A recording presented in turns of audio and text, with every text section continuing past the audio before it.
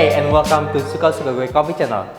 Jadi hari ini gue bakal sharing tentang lacto fermented. Dan yang akan kita lacto ferment adalah cantaloupe. Ini cantaloupe-nya udah kita potong dan di vakum biar seger. Jadi mungkin dari kalian belum banyak yang tahu apa sih lacto fermented. Tapi sebenarnya itu deket banget sama kehidupan kalian sehari-hari. Contoh gampangnya adalah acar. Itu contoh yang paling gampang.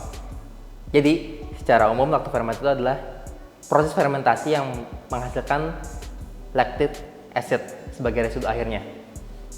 Nah, itu yang bahan bakunya untuk dirubah untuk menjadi lactic acid adalah glukos atau gula. Nah, dengan bantuan apa kita melakukan lacto ferment? Yaitu dengan menggunakan garam sebagai media untuk men-trigger hadirnya bakteri yang menghasilkan lactic acid. Jadi kita bakal potong cantaloupe-nya dulu dan nanti kita bakal campur dengan garam. Nah, berdasarkan buku yang dibikin sama Noma, namanya tuh Noma Guide of Fermentation. Lacto fermented itu biasanya mereka lakukan dengan memasukkan 2% garam ke dalam vacuum bag yang berisi bahan yang mau di lacto ferment. Jadi misalkan nanti cantaloupe-nya ada 100 gram, berarti kita bakal pakai in total 2 gram si garamnya. Dan garam ini sebenarnya kalian nggak harus selalu pakai garam dapur, kalian bisa juga pakai garam like kosher salt atau misalkan pakai Himalayan salt. Yang paling bakal berubah adalah spektrum dari asinnya doang sih. Oke, kita potong semuanya.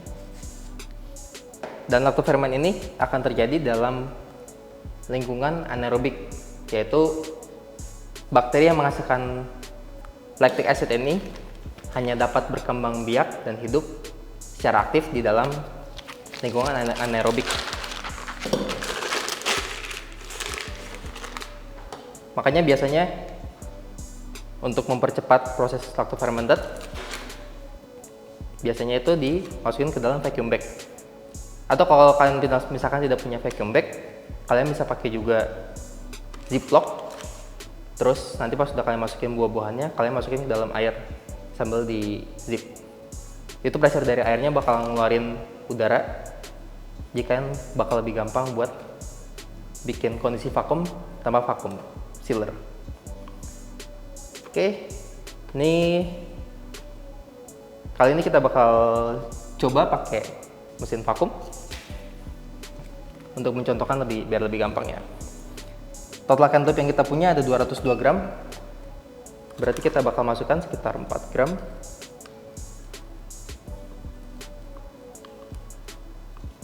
Garamnya. Nah, ada 4 gram. Kalau udah masuk kayak gini, kalian tinggal mix.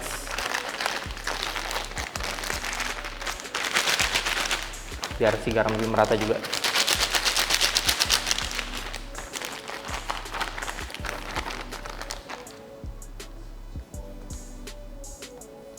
Singkirkan dulu.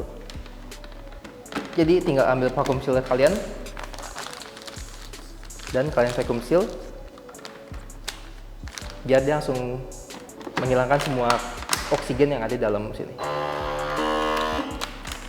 Nah, mungkin kalian bertanya-tanya, lacto fermented itu sebenarnya buat apa sih? Ya sebenarnya untuk bikin bahan baku atau misalkan sayur atau misalkan buah-buahan, kalian pengen lebih funky lagi, pengen lebih punya acidity, tapi at the same time kadar gulanya bakal diturunin juga.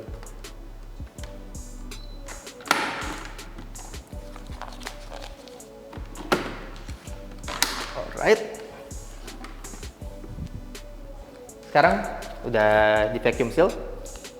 Nah, kalian tinggal taruh ini di tempat yang mempunyai suhu yang cukup stabil.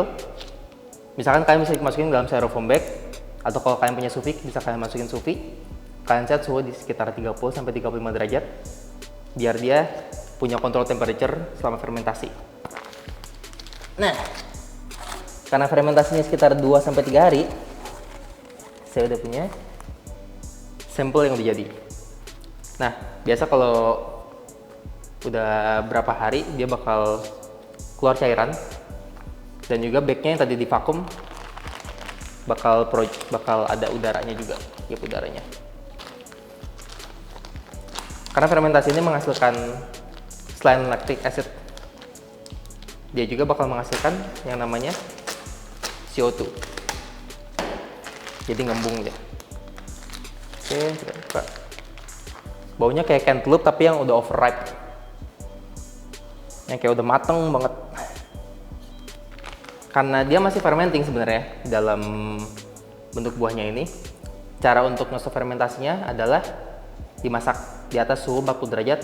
Dia bakal membunuh si lactobacillus itu yang hasilnya lactic acid.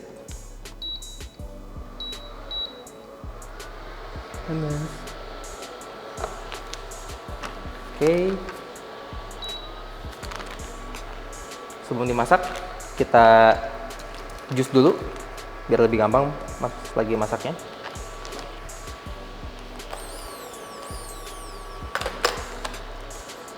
Oke, kita jus dulu, blender.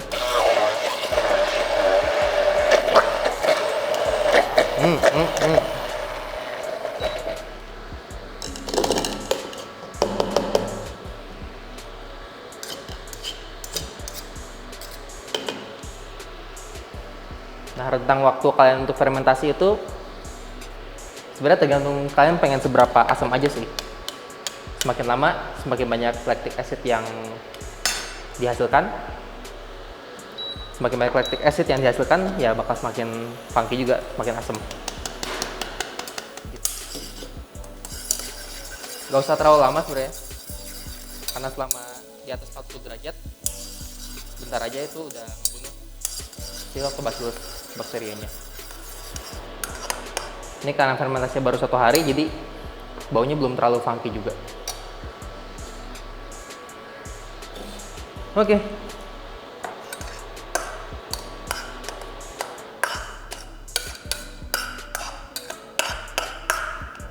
Kalau sudah, kalian tinggal saring lewat metal filter, atau misalkan bisa PV filter juga, lebih nyaring lagi. Dan kalau kalian pengen nambah sweetness ke dalam fermented cantaloupe ini, bisa juga. Kalian bisa mulai dari 10% sampai 50% dari total liquid yang dihasilkan.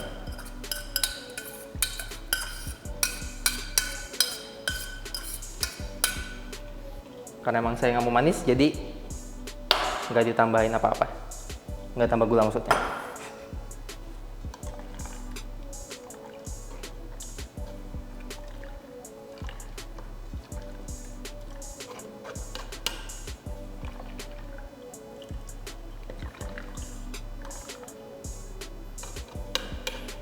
Kalau sudah jadi jus seperti ini, aplikasinya cukup luas sebenarnya. Kalian bisa bikin koktail, kalian bisa bikin mocktail lewat ini.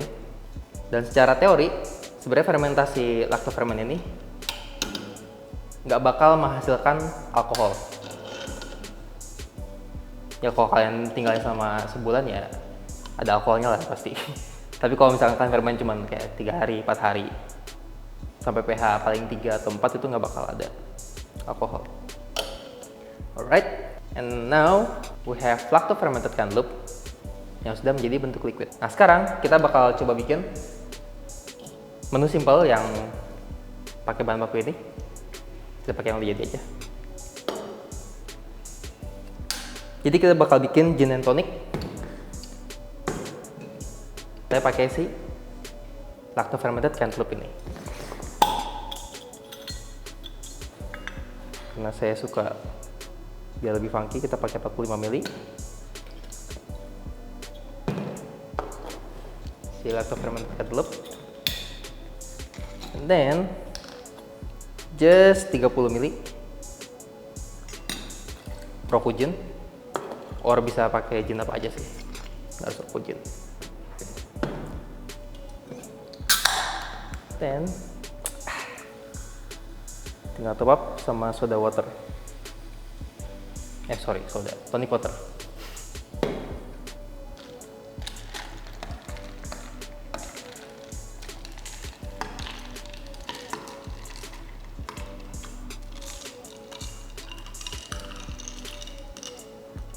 Ini baru salah satu dari banyak aplikasi yang bisa kalian lakukan dengan lacto fermented fruit.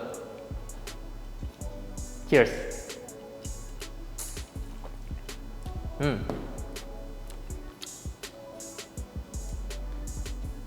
Menarik karena ada rasa cantaloupe-nya, tapi secara sweetness-nya hampir nggak terlalu banyak ada. Terus floralnya juga dapat dari cantaloupe dan juga dari si Rokujin, dan dapat bitterness dari si tonic water-nya. Quite balance. Menarik. Alright, mungkin dari kalian ada yang sering bikin lacto fermented fruit atau mungkin sayuran di rumah, bisa share di kolom komentar bawah. Mungkin kalian seringnya bikin pakai timun atau bikin pakai tomat atau bikin pakai buah-buahan kayak apel. Bisa share di kolom komentar. And jangan lupa like dan subscribe, and I'll see you on the next episode. Ciao.